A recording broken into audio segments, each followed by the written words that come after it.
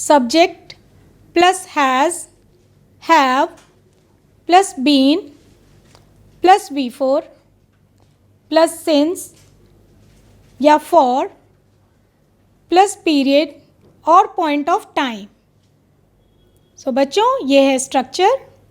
Let's see some rules of present perfect continuous or present perfect progressive tense. Present perfect continuous is used to refer to show the continuity of an action which began in the past and is still going on.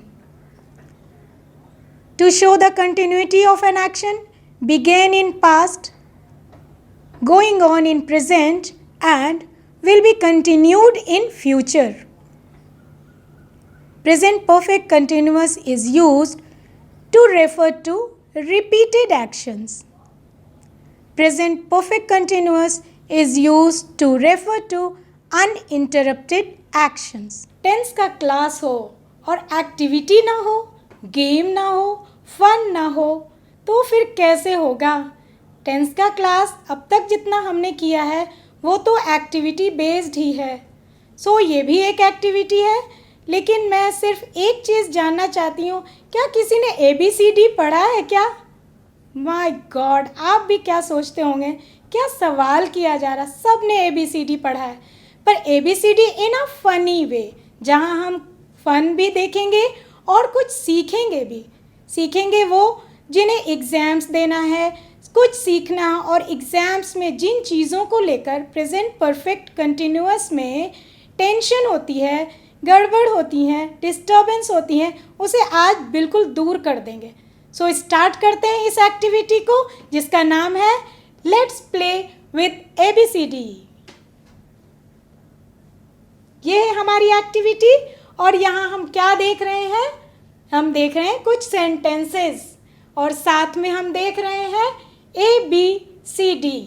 ABCD आप इसे multiple choice में भी देखते होंगे और यहाँ भी हम देखेंगे. So what you are going to do?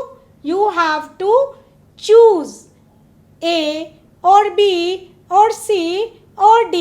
It means there are 4 options and you have to choose one. Let's start this game. Number 1. He has been for an hour. Structure याद करेंगे, सेंटेंस को ध्यान में रखेंगे और फिर ये बनाएंगे.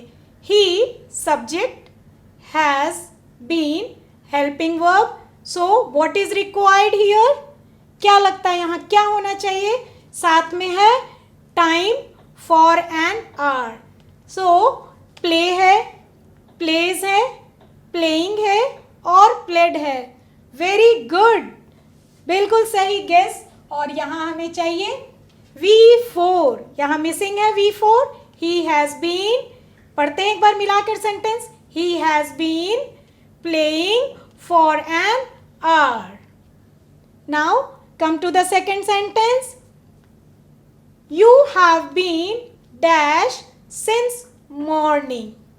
यहाँ पे भी सेंटेंस मिसिंग है और वो कौन सा मिसिंग वर्ड है ढूंढते हैं ABCD में. Waits, wait, waiting, waited. So just अभी हमने किया था subject plus helping verb plus main verb. तो यहाँ पे मेन वर्ब क्या हो जाएगा? सिंस मॉर्निंग, यानी टाइम प्रोवाइडेड है. सो हम लोग डालेंगे यहाँ पे सी. अब पढ़ते हैं सेंटेंस को. You have been waiting since morning. सही है ना? और आप लोग भी अपने कॉपी में बना रहे हैं, नोट कर रहे हैं और देखते हैं किसका कितना सही होता है, किसे कितना पॉइंट्स मिलता है. Number 3. They dash singing since 2 o'clock.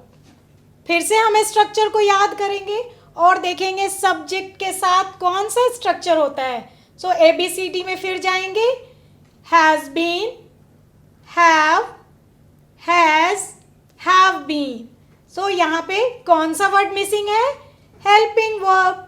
और हेल्पिंग वर्ब के लिए हमने देखा है कि दे है, सो हैव भी हो सकता है और हैव बीन भी हो सकता है। सो हम कैसे समझेंगे इन दोनों में से कौन सा ऑप्शन होगा?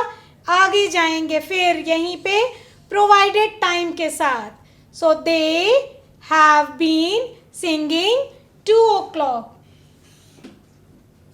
बच्चों आपके आंसर्स बिल्कुल सही हो रहे हैं, कुछ भी कंफ्यूजन नहीं है, क्योंकि हमने ऑलरेडी देखा हुआ है प्रेजेंट परफेक्ट और प्रेजेंट कंटिन्यूअस के साथ प्रेजेंट परफेक्ट कंटिन्यूअस कैसे यूज किया जाता है।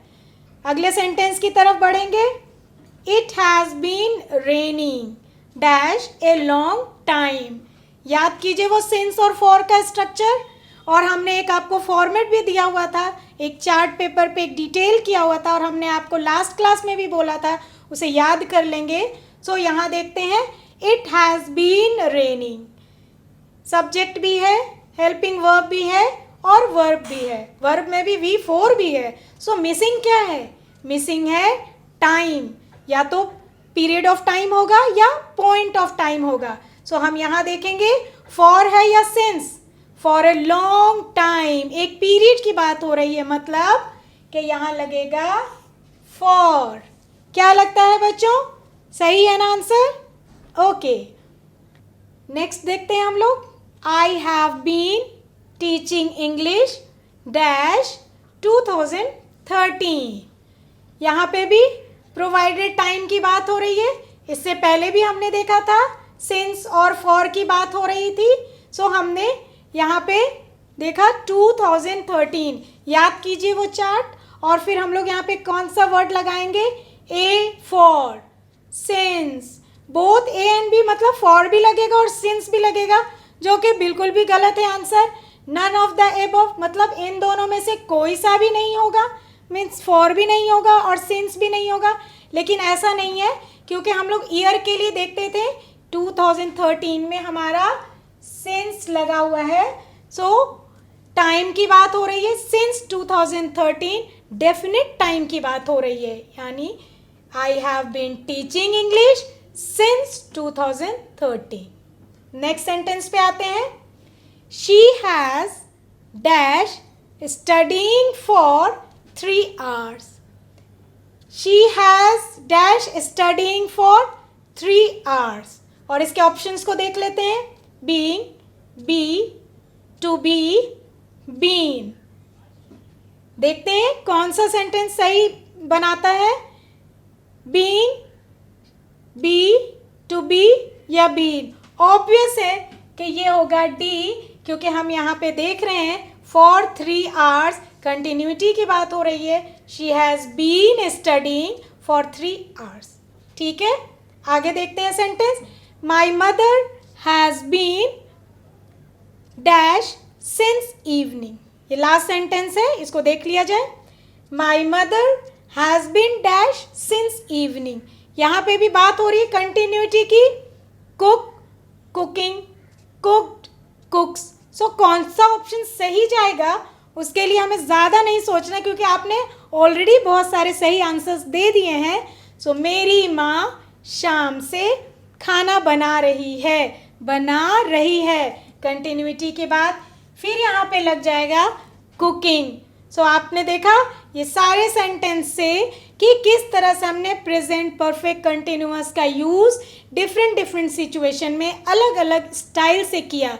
ये आपको एग्जाम्स में बहुत हेल्प करेगा, and now you are much confident.